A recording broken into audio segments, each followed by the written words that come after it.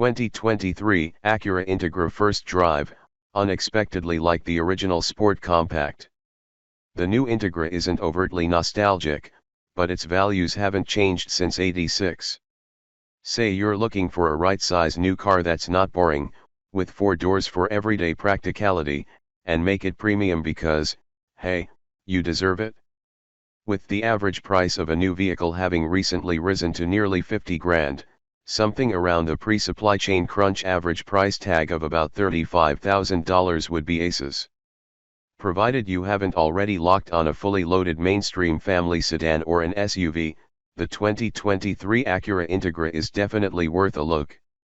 This Acura resurrects an iconic name to compete in an entry luxury segment defined by tiny, luxury badged offerings such as the BMW 2 Series Gran Coupe, Mercedes A-Class, and Audi A3.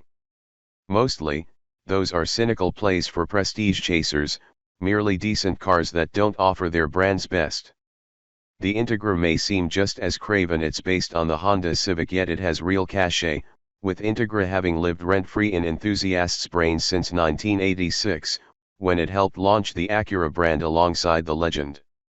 The, also Civic-based, original succeeded wildly at winning the same type of young, silver-spooned buyers Acura wants today. Separating the Honda from the Acura. Normally, mechanical associations with lesser cars aren't this successful.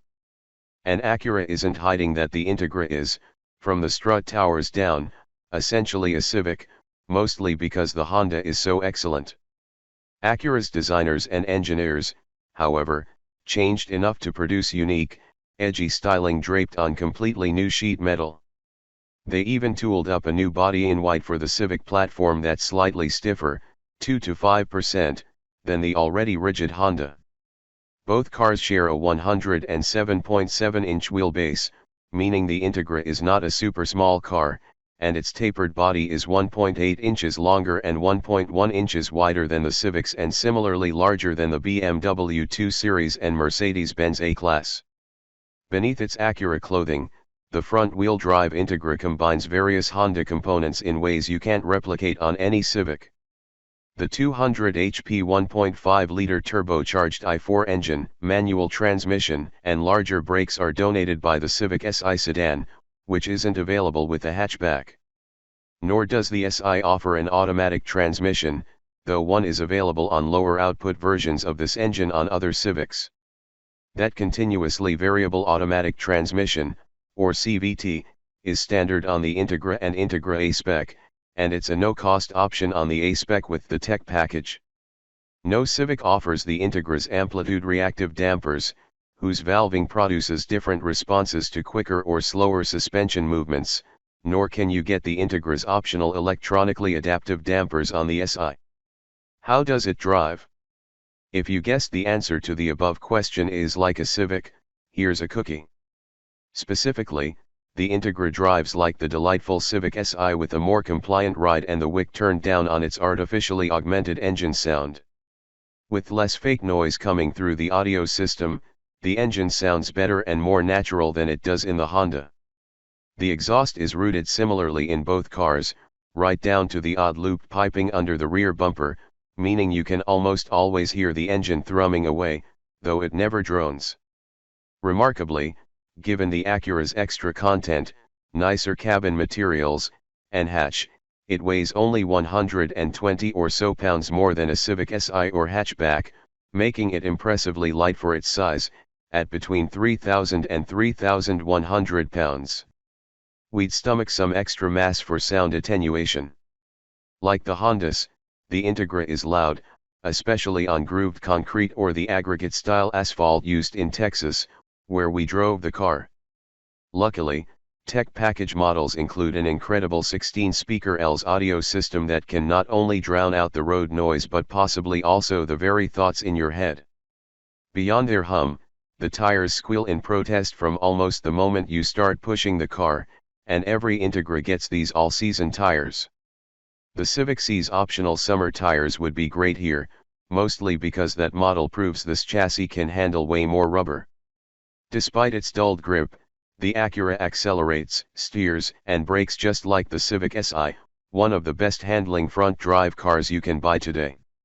We noticed only minor ride differences between the comfort, normal, and sport drive modes that alter the top trim level's adaptive dampers, though every setting is more comfortable than the C's firm, fixed setup. The engine's responses see more pronounced changes, quickening in sport and blunting in comfort. Normal is just right.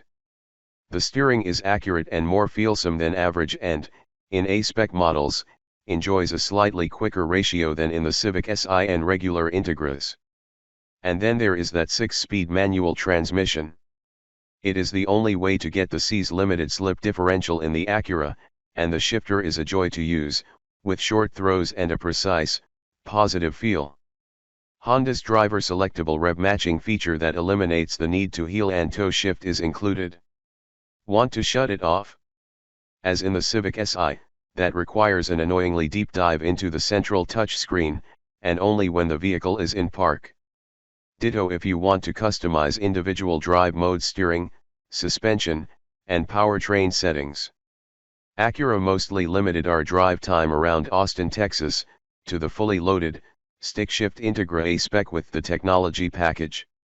Normally we'd eye such an enthusiast-pleasing move with suspicion. Sure, give us the fun to drive Integra to play up nostalgia for the old one, except a shocking 65% of pre-launch reservations are for the manual transmission.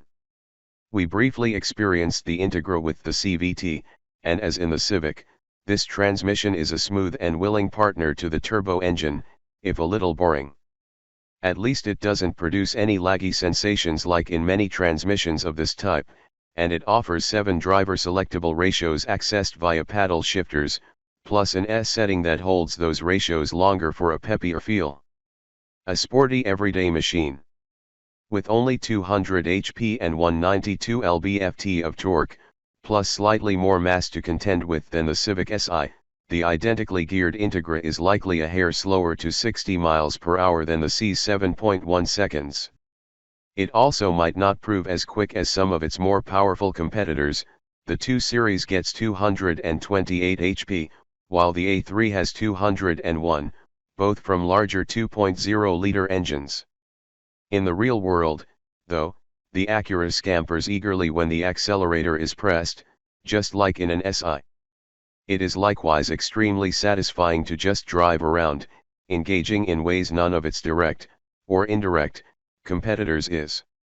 The chassis is neutral, and you can tighten your line in the middle of a corner with a dab of brakes or a lift of the throttle before rolling into the gas and feeling the limited slip yank the Integra the rest of the way through.